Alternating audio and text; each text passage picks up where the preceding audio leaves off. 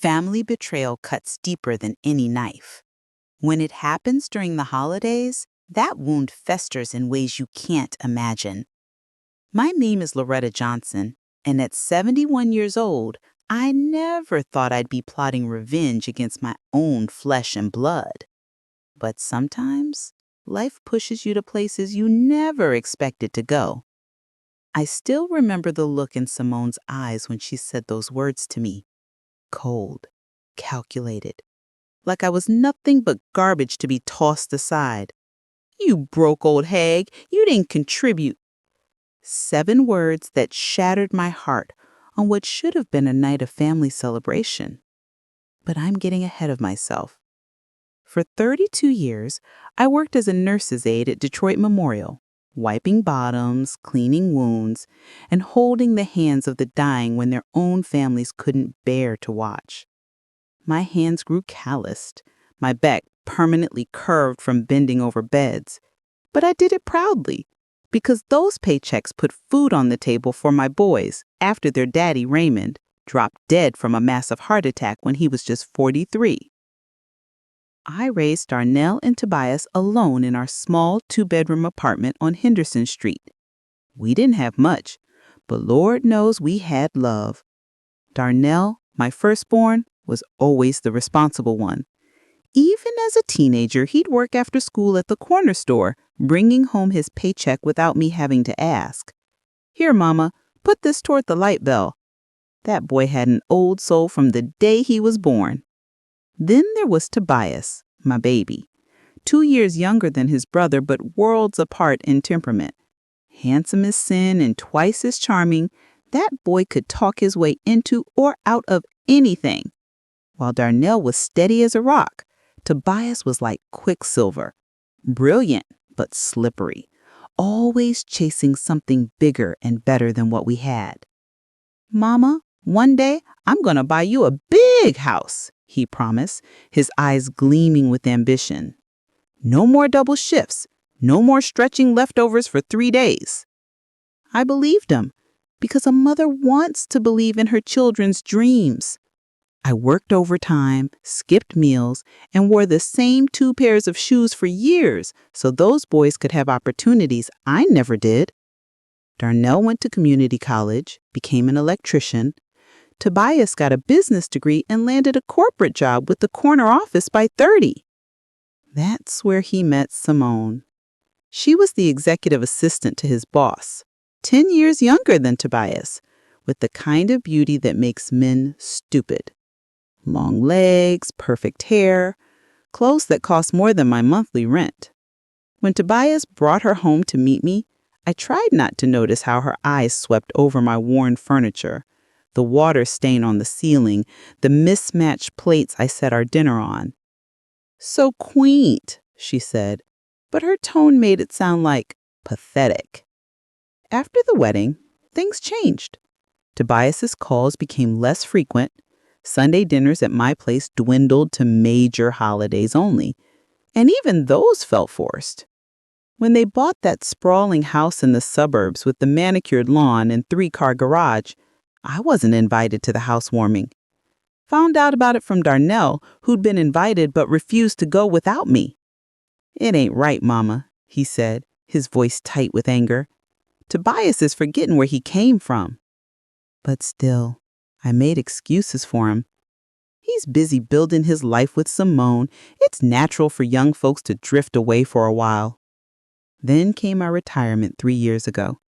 My pension barely covers my rent and medications. Some months I have to choose between filling prescriptions or buying groceries. Darnell helps when he can, but he's got 3 kids of his own to feed. Tobias? I haven't asked and he hasn't offered. So when the call came last December, inviting me to Christmas Eve dinner at their house, I nearly wept with joy. Maybe Tobias was finally remembering family. Maybe Simone had softened her heart. Maybe we could be whole again. I spent my last $20 on a toy truck for my grandson Andre, wrapped it in newspaper because I couldn't afford fancy paper, took 2 buses in the bitter cold to reach their neighborhood, walked the final half mile because my arthritic knees were still stronger than my empty wallet. I had no idea that night would change everything. No idea that Simone's cruelty would awaken something in me I didn't know existed. No idea that by next Christmas, their perfect life would be in ruins by my hand. I'm not proud of what I did, but I'm not sorry either.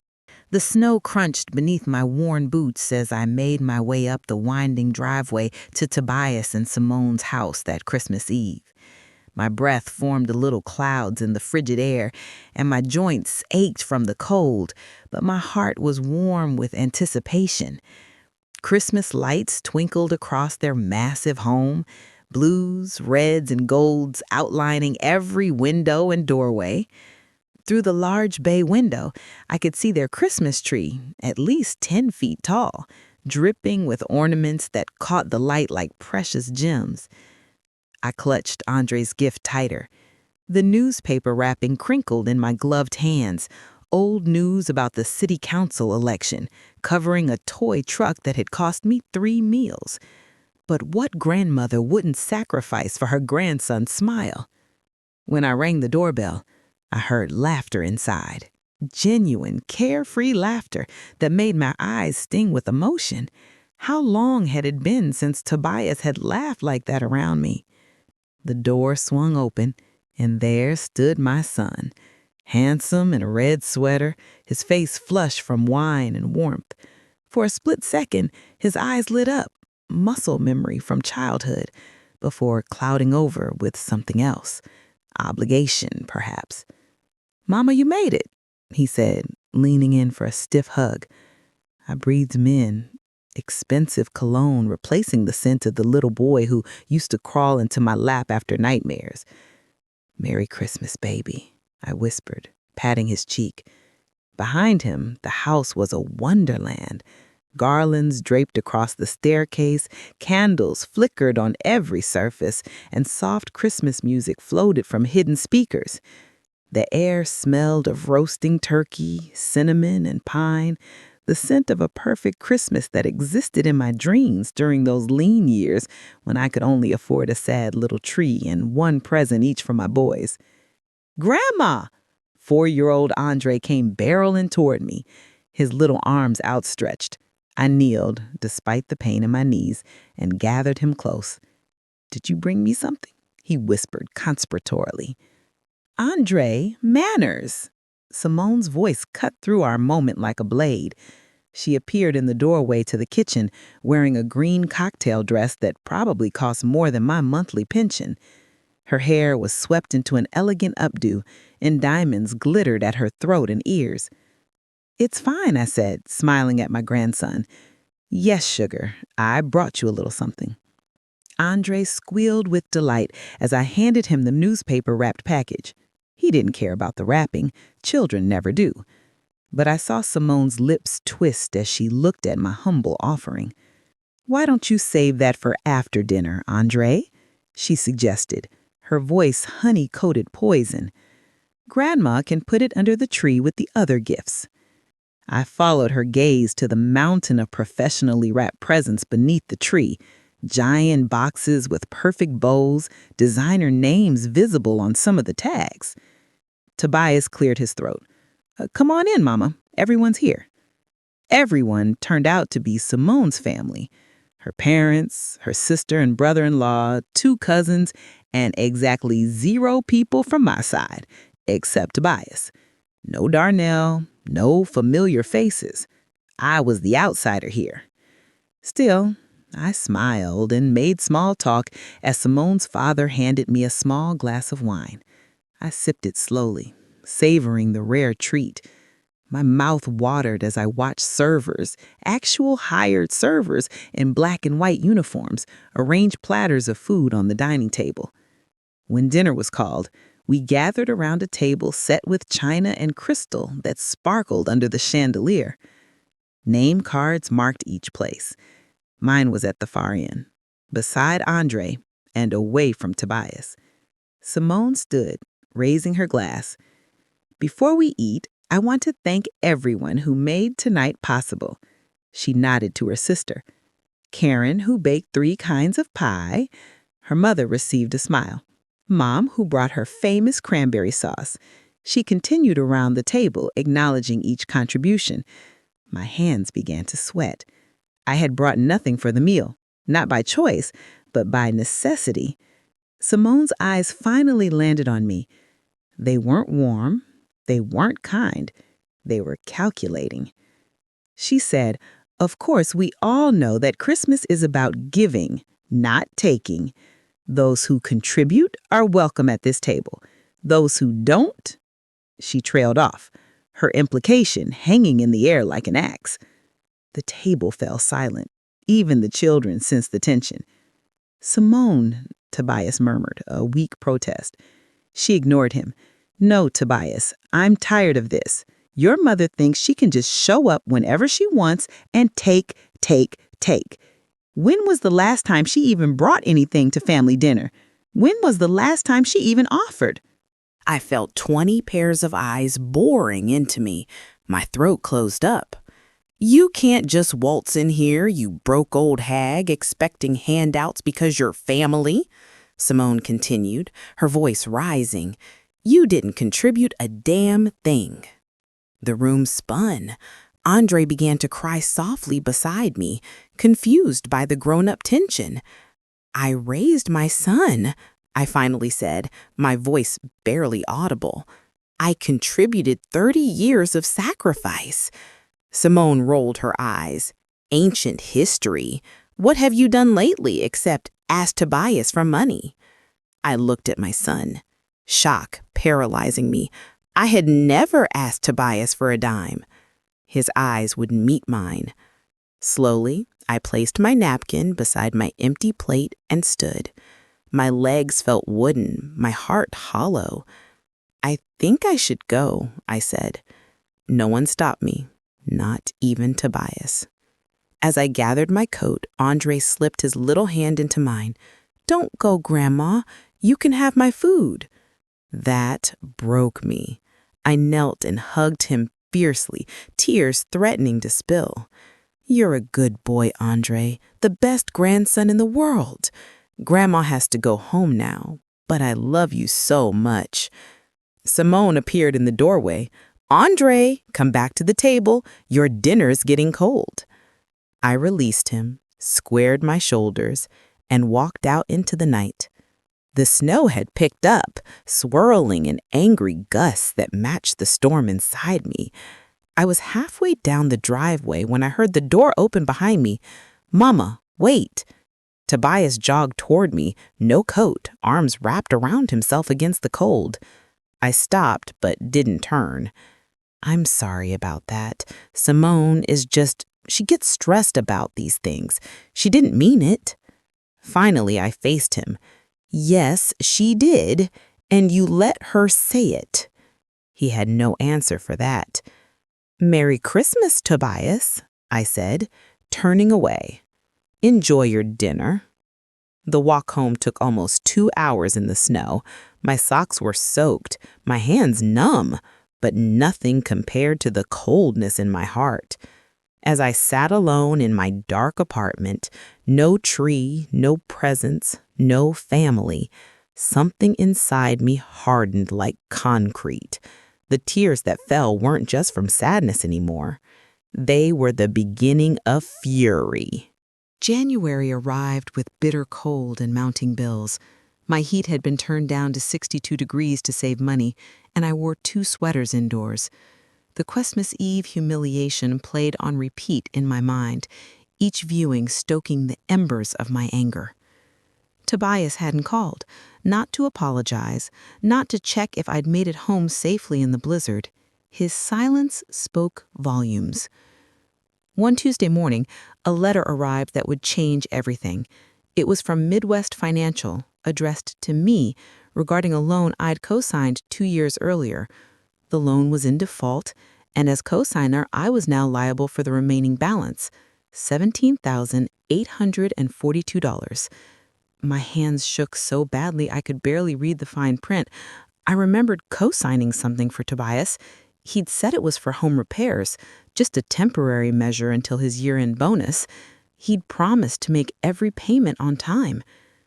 He'd lied. I called the bank immediately, my voice trembling as I explained who I was. "Mrs. Johnson, this loan has been in default for 4 months," the representative told me. "We sent multiple notices." "I never received any notices," I said. "They were sent electronically to the email on file." She read it off. Tobias's email address. Ice formed in my veins. He deliberately kept me in the dark, letting the loan slip into default while knowing they'd eventually come after me. That afternoon, I did something I'd never done before. I took a taxi to Tobias's office building downtown. The fare ate up half my grocery budget for the week, but some things couldn't wait. The receptionist in the gleaming lobby didn't want to let me up without an appointment. I sat in a leather chair, my worn boots leaving melted snow on the marble floor, and refused to leave. "Please tell Tobias Johnson his mother is here. Tell him it's about Midwest Financial."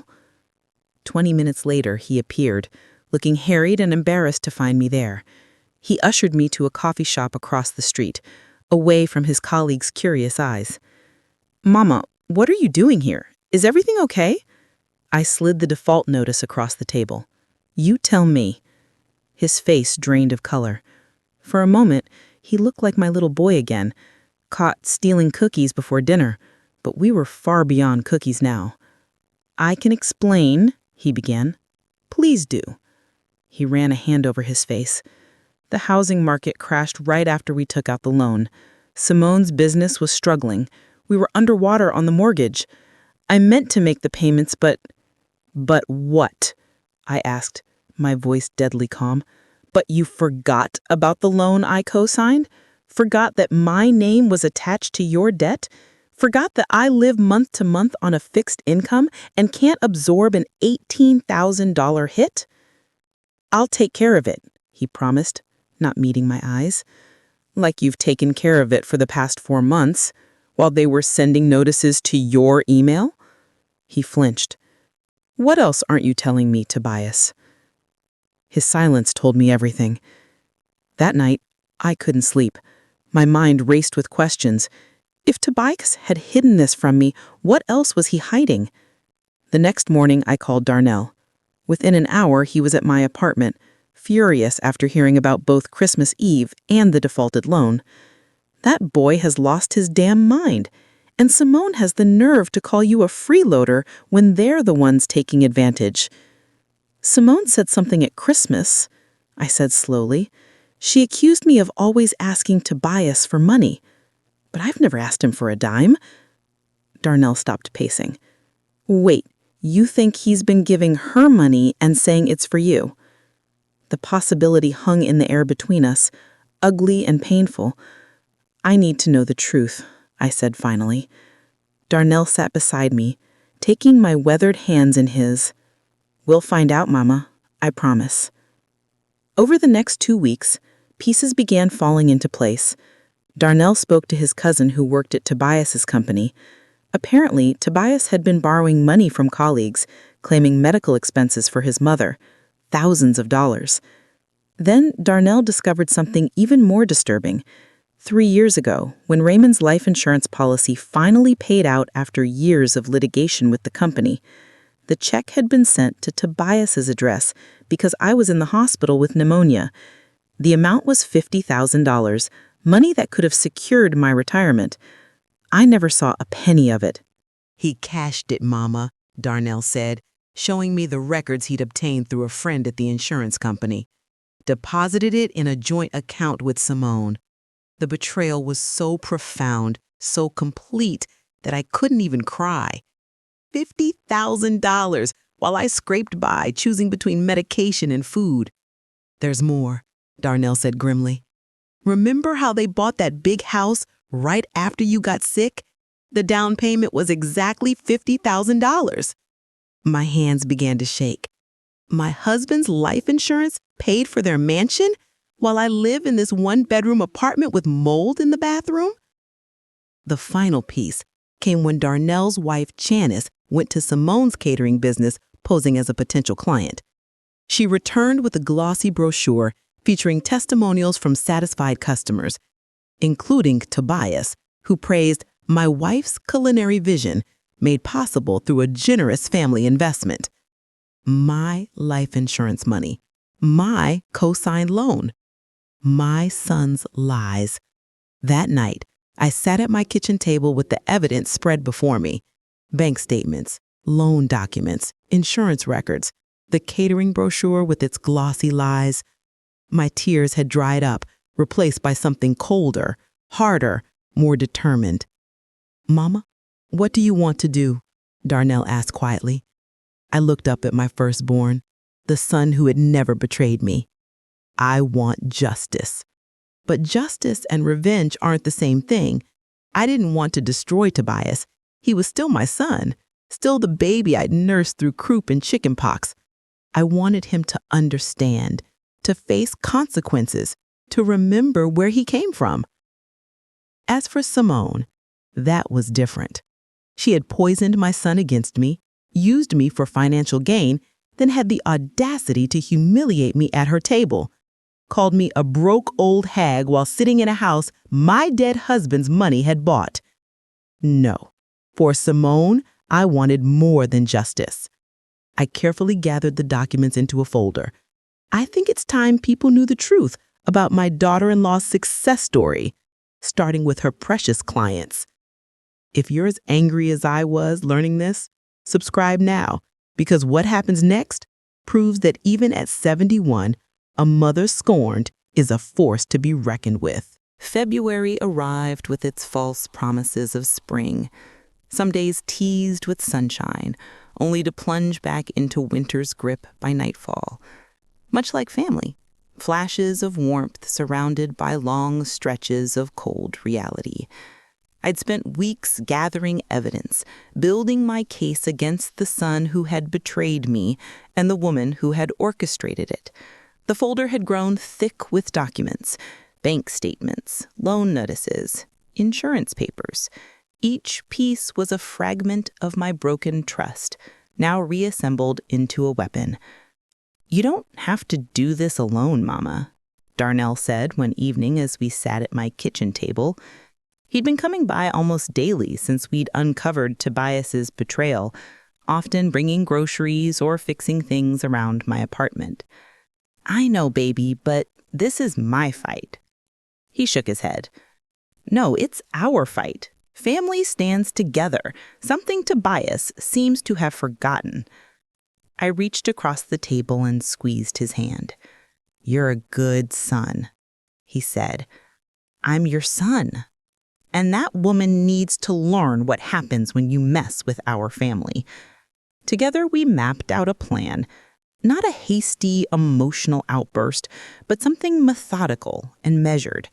Simone's catering business, Divine Occasions, had become quite successful in Detroit's corporate world. She'd built a reputation on discretion and excellence, catering to law firms, medical practices, and the city's elite. Her entire business model relied on her carefully cultivated image. That image would be our target. First, Darnell reached out to Pastor Mitchell at New Hope Baptist, where Tobias and Simone were prominent members. They made a show of sitting in the front row every Sunday, writing large checks during collection, their names engraved on a donor's plaque in the foyer. Pastor needs to know what kind of people he's elevating as examples, Darnell argued. I agreed, but insisted on being present when the truth came out. The following Wednesday, we sat in Pastor Mitchell's office, the evidence folder open between us. His kind face grew increasingly troubled as we walked him through the betrayal, the stolen insurance money, the defaulted loan, the lies. "I can hardly believe this," he said, removing his glasses to rub his eyes. "They present themselves as such generous, godly people." "Appearances can be deceiving, Pastor," I said quietly, "but the truth always finds its way to the light." He nodded gravely. "I'll need to speak with them. This cannot continue in my congregation." Phase 1, set in motion. Next, we focused on Simone's business contacts. This required more finesse. We couldn't just broadcast accusations. That might backfire, make me look like a bitter old woman seeking revenge. Instead, we planted seeds of doubt. Janice, Darnell's wife, was key here. As an event planner at a downtown hotel, she knew many of Simone's clients and competitors. Carefully, over lunches and coffee meetings, she began asking questions. Did you know Divine Occasions started with family money? Old money from her husband's side. Oh, you heard it was self-made? That's interesting because I heard differently. Meanwhile, I drafted a letter. Simple, factual, without emotion. It detailed how my dead husband's life insurance, meant to support me in my old age, had instead funded Simone's business without my knowledge or consent. I made copies, but held them back. Timing would be everything. The tension in our family grew. Tobias called twice, asking about the loan situation, promising to take care of it soon. I kept the conversations brief, revealing nothing of what I knew or planned. Each time he seemed relieved by my apparent passivity. He had always underestimated me, just as Simone did. By early March, the first cracks appeared. Pastor Mitchell had indeed spoken with Tobias and Simone. Though he kept our conversation confidential, he made it clear that the church expected honesty and integrity from their leaders. Their reaction, according to church gossip that made its way back to Darnell, was defensive and angry. Then came an unexpected ally, Karen, Simone's own sister. She appeared at my door one rainy afternoon, nervously glancing over her shoulder as if afraid she'd been followed. "Mrs. Johnson, I'm Karen Butler, Simone's sister." I recognized her from Christmas Eve. She'd been quiet during Simone's tirade, looking uncomfortable but saying nothing. "What can I do for you, Karen?" I asked, not inviting her in. She clutched her purse tightly. I need to talk to you about Simone and Tobias and what they did with your insurance money." My heart skipped. "You know about that?" She nodded, eyes downcast. "I've always known. Simone told me when they bought the house, laughed about how easy it was to convince Tobias to divert the funds. I didn't think it was right, but..." She trailed off. "But she's your sister," I finished. "Yes, but what happened at Christmas, how she treated you, I can't stay silent anymore." I studied her face, looking for deception. "Why now?" "Because she's doing it again," Karen said, her voice dropping to a whisper. "They're in financial trouble. The business isn't doing as well as they pretend. Tobias mentioned asking you to co-sign another loan." Cold fury washed through me. "Another loan?" "A big one, for the business. Simone says you'll sign anything Tobias puts in front of you." I let Karen in then. For the next hour, she revealed everything. Simone and Tobias's mounting debts, their fights about money, their plan to use me again as financial backup without my knowledge or consent. "She calls you their safety net," she said, unable to meet my eyes. "Says you're too trusting and sentimental to question Tobias." When she left, I had more ammunition than I ever expected, and a new determination. This wasn't just about past betrayals anymore. They were actively planning to exploit me again. That night, Darnell, Janice, and I finalized our plan. The time of subtle maneuvering was over.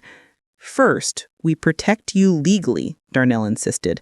"No more co-signing, no more financial ties to them." I nodded. "And then we expose everything." "Everything," Janice confirmed, "starting with Simone's business partners." We set a date, March 15th, the Ides of March. A fitting day for betrayal to be repaid. What none of us expected was that Tobias would appear at my door the very next morning, contract in hand, and a desperate look in his eyes. "Mama, I need your help with something," he said, trying to sound casual. "Just a signature. It's for a business expansion loan." I looked at my son, this stranger wearing my child's face, and made a split-second decision that would change everything. "Come in, Tobias," I said warmly. "Let's talk about this loan." His relief was palpable as he stepped inside, unaware that he'd just walked into a trap of his own making. If you're invested in what happens next, hit subscribe, because when a mother's patience finally runs out, the consequences are both devastating and poetic. Tobias sat across from me at my kitchen table, that familiar charming smile plastered across his face. The loan papers between us might as well have been a snake, dangerous, poised to strike at my future. "It's just a formality, Mama," he explained, tapping the signature line with his manicured finger. "The bank requires a cosigner, but I'll make every payment. You won't have to worry about a thing." Just like last time, the same empty promises, the same easy lies. I smiled back, my phone recording in my apron pocket. "Before I sign, Tobias, I need to understand something. What happened with that other loan, the one from Midwest Financial?" His smile faltered. "That was complicated. Business downturn, unexpected expenses. For the house repairs, right? That's what you said it was for." He shifted uncomfortably. "Well, partly. Things change, Mama. You understand. And my life insurance money from your father? $50,000 that disappeared while I was in the hospital?" The color drained from his face. His mouth opened, closed, opened again, a fish suddenly finding itself on dry land. "How did you—" "No," I finished for him. "I know everything, son. About the insurance money, about the defaulted loan, about how you've been borrowing money around town, claiming it's for my medical bills." His eyes darted to the door like a cornered animal. "And now you're here asking me to co-sign another loan after you and Simone called me a broke old hag at Christmas dinner, after you watched me walk home in a snowstorm without even offering me a ride? Mama, I can explain." I held up my hand. "I raised you better than this, Tobias. Your father would be ashamed." The mention of his father struck him like a physical blow. Raymond had been his hero.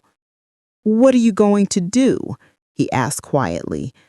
I folded the loan papers and handed them back. "I'm going to church on Sunday. I think you and Simone should be there too." He left confused, worried, but still not understanding the magnitude of what was coming, still believing he could talk his way out, charm his way through. It had always worked before. Not this time. Sunday morning dawned clear and cold. I wore my best dress, navy blue with white trim, the one I'd bought for Tobias's college graduation. Darnell and Janice picked me up, their children dressed in their Sunday best in the back seat. "You ready, Mama?" Darnell asked, squeezing my hand. I nodded, long overdue. New Hope Baptist Church was packed as usual. From the doorway, I could see Tobias and Simone in their regular spot, front row, center. Her in an expensive red dress, him in a tailored suit, playing the part of the perfect Christian couple. Pastor Mitchell met us in the vestibule, his face solemn. "Mrs. Johnson, are you certain about this?" "Yes, Pastor. The truth needs light to heal." We took seats near the back, waiting through the choir's opening songs, the collection plate, the announcements. Then Pastor Mitchell stepped to the pulpit, his normally warm face grave. "Today, I want to speak about honesty. about integrity, about how we treat the least among us. His eyes found Simone and Tobias in the front row, particularly our elders, those who sacrificed everything to give us the lives we enjoy today. The congregation murmured in agreement, unaware of the storm about to break. We have wolves among us, Pastor Mitchell continued, his voice rising. Those who present themselves as generous while stealing from their own mothers. Those who boast of success built on deception. Simone's head snapped up. Tobias stared straight ahead, frozen.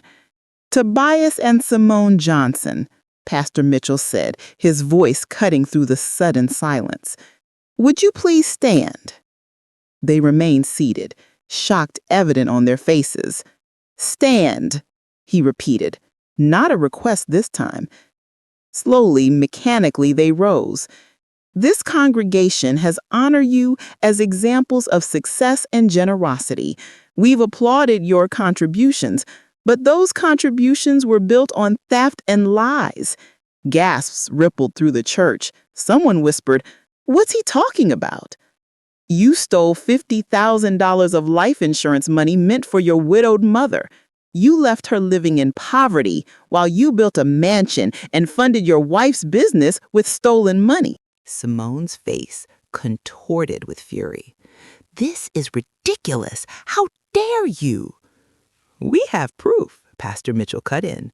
Bank records, insurance documents, and witnesses.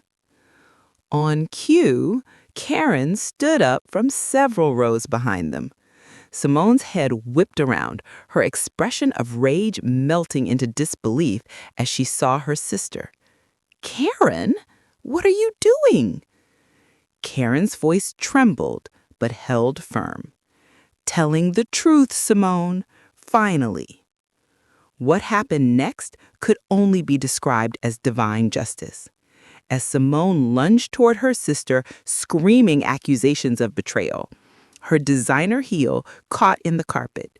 She stumbled, grabbing at Tobias for support, but he stepped away, protecting himself, as always. She fell, sprawling in the center aisle, her dignity in tatters, along with her image. The congregation watched in stunned silence as ushers helped Simone to her feet and escorted the couple out. Through the open doors, we could hear her screaming accusations, threats, promises of lawsuits. But the damage was done. By Monday morning, the phone calls began. Clients canceling contracts with divine occasions, business partners distancing themselves. The story spread through Detroit's Black professional community like wildfire. How Simone Johnson had built her catering empire on stolen money from her elderly mother-in-law. How Tobias had enabled and participated in the deception. What none of us expected was the third bombshell Karen dropped when she came to thank me 3 days later. There's something else you should know, she said, twisting her hands in her lap. Something not even Tobias knows. I braced myself. What is it? Simone's pregnant. 3 months along. Karen's eyes met mine. But it's not Tobias's baby. It's his boss's. They've been having an affair for over a year. That's how she kept getting contracts for her business. The room seemed to spin around me. Another layer of betrayal, another wound for my son. Despite everything, my heart ached for him. Does he know? I whispered. Karen shook her head. No, Simone was planning to pass it off as his. She thought he'd never question it. I closed my eyes, feeling the weight of this new knowledge. He needs to know. Will you tell him? I thought about it, then shook my head. No, truth has its own timing, and this particular truth might be better coming from his wife. Little did I know how quickly that reckoning would come. If you're shocked by this revelation, wait until you see what happens next. Subscribe now, because when a house built on lies finally collapses, no one escapes the falling debris. April in Detroit brings unpredictable weather. Warm sunshine one day, bitter cold the next, much like life's fortunes, I suppose. The weeks following the church confrontation brought a storm of consequences raining down on Tobias and Simone. Divine occasions hemorrhaged clients daily. High society matrons who once praised Simone's canapes now whispered about her at charity events. Corporate clients found other caterers unwilling to associate with a business built on elder exploitation. I watched from a distance, neither gloating nor intervening. This wasn't my doing. It was the natural result of their own actions, their own choices. The truth had simply come to light. Darnell kept me updated, his connections in the business community providing a steady stream of information. Simone had been forced to lay off staff. Their lavish home had been listed for sale, the price dropping weekly with no takers. "They're underwater on the mortgage," Darnell explained during our Sunday dinner. "Took out a second loan against it last year for some home renovation show-off project. Now they owe more than it's worth." I nodded, passing the cornbread to his youngest daughter. "And Tobias, how is he handling all this?" Darnell's expression darkened. "Not well, Mama. Word is his company put him on administrative leave when they found out he'd been borrowing money from colleagues under false pretenses. Ethics violation." "Poor judgment," Janice added, bouncing their baby on her knee. "That's what they're calling it officially, but everyone knows the real story now." I felt a twinge of sadness, not regret. Tobias had earned these consequences, but maternal sorrow. No matter what he'd done, he was still my son, the baby I nursed through croup and comforted after nightmares. "Has anyone heard from Andre?" I asked, thinking of my grandson caught in this adult chaos. "He's staying with Simone's parents for now," Darnell said. "Probably for the best, considering." The situation deteriorated further when the pregnancy news broke, not by my hand or Karen's. Simone's own assistant leaked it after being laid off without severance.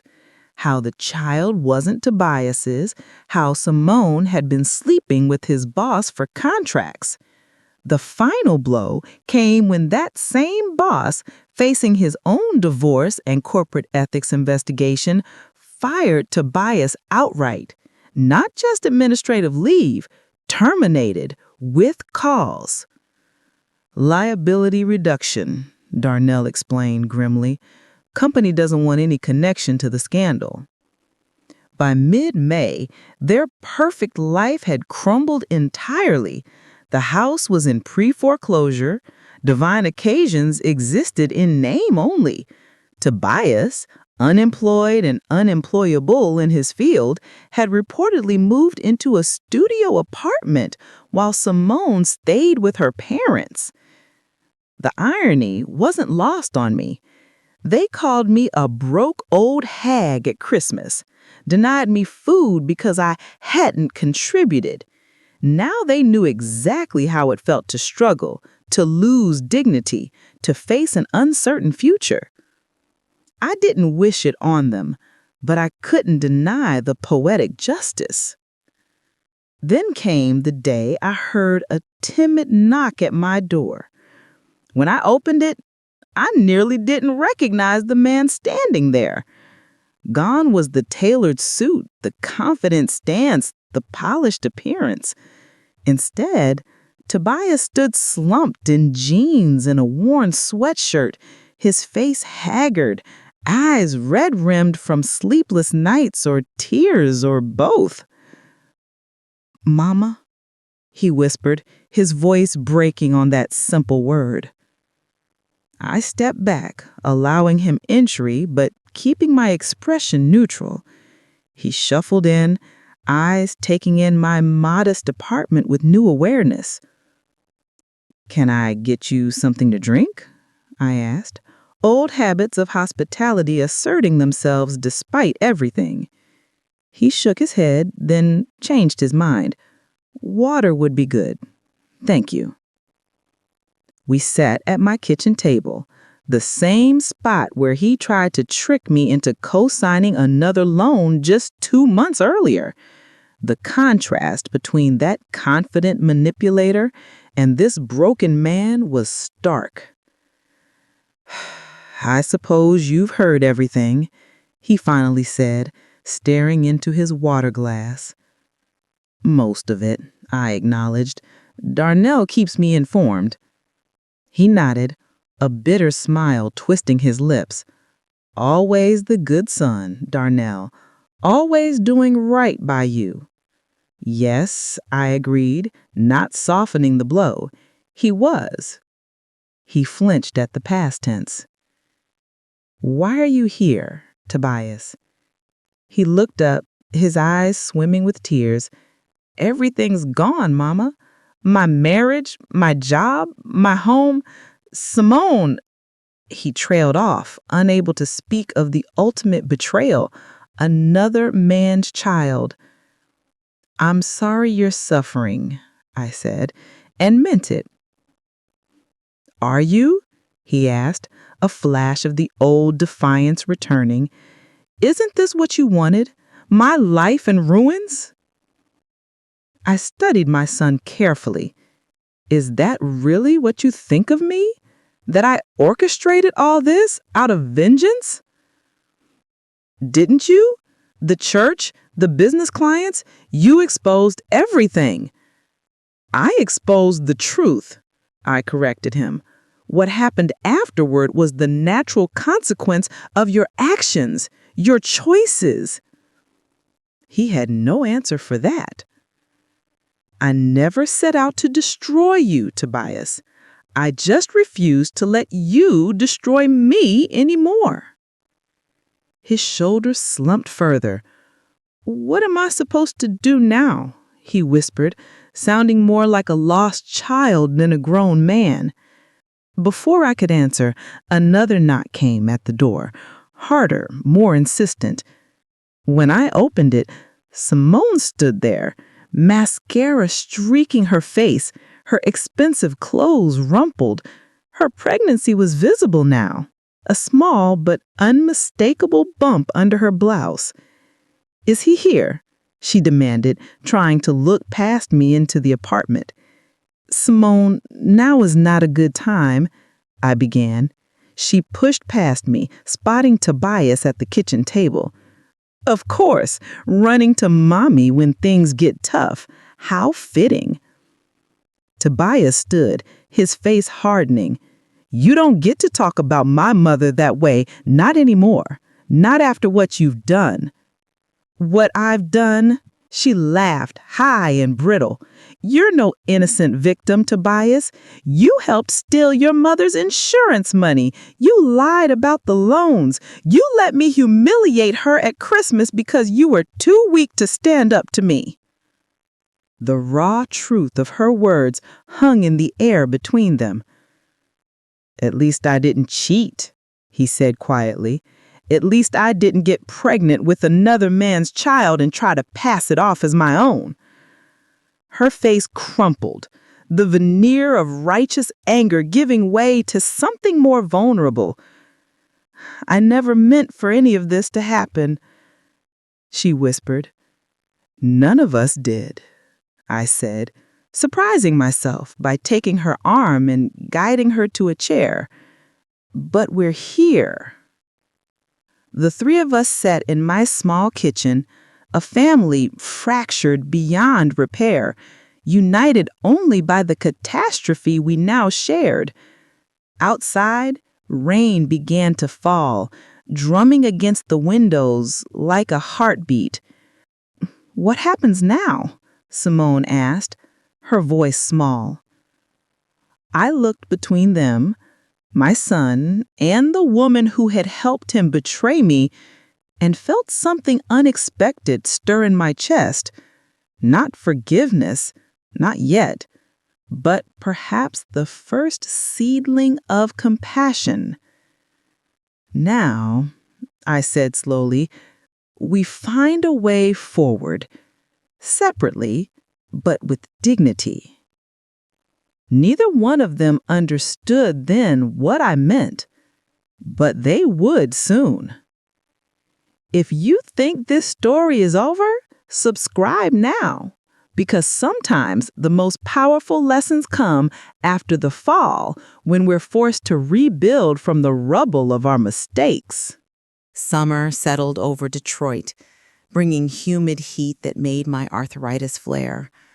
But physical pain seemed trivial compared to the emotional journey of the past 6 months.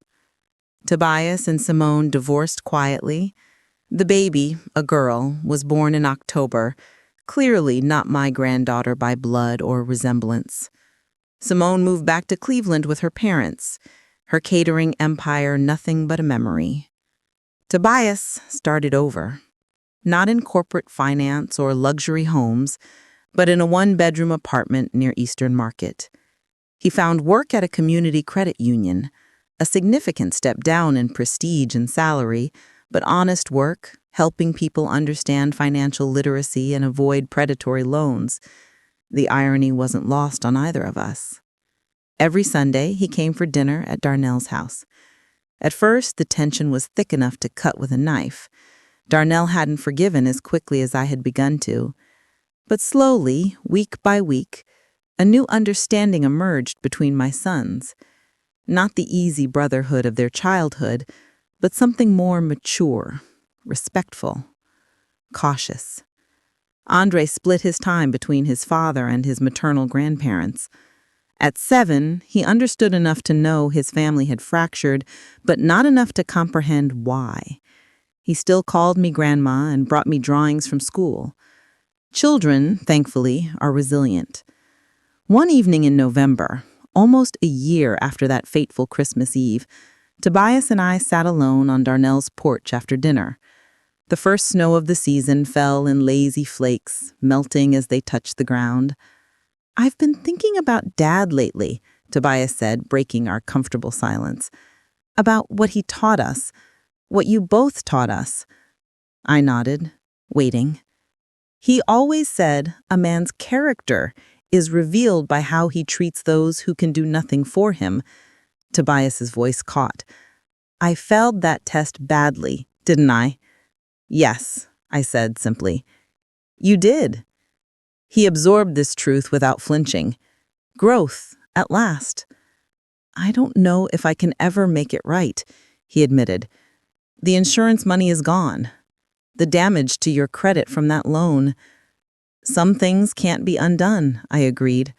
"But tomorrow is always a new chance to do better." He studied my face in the porch light. "How did you get so wise, Mama?" I laughed softly. 72 years of living, making my own mistakes, learning from them instead of running from them. "I'm trying to learn," he said quietly. "It's harder than I thought it would be. The important lessons usually are." We watched the snow together for a while longer. I pulled my cardigan tighter against the chill. "I have something for you," Tobias said suddenly, reaching into his coat pocket. He pulled out an envelope. "It's not much, just the start." Inside was a check for $500 and a handwritten note. First payment, 99 more to come. My throat tightened. "Tobias." "It'll take years," he said, determination hardening his voice, "but I'm going to pay back every cent of that insurance money, with interest." I folded the check carefully and tucked it into my pocket. Not because I needed the money, though I did, but because I recognized it for what it was. Not just financial restitution, but a symbolic restoration of trust. The beginning of redemption.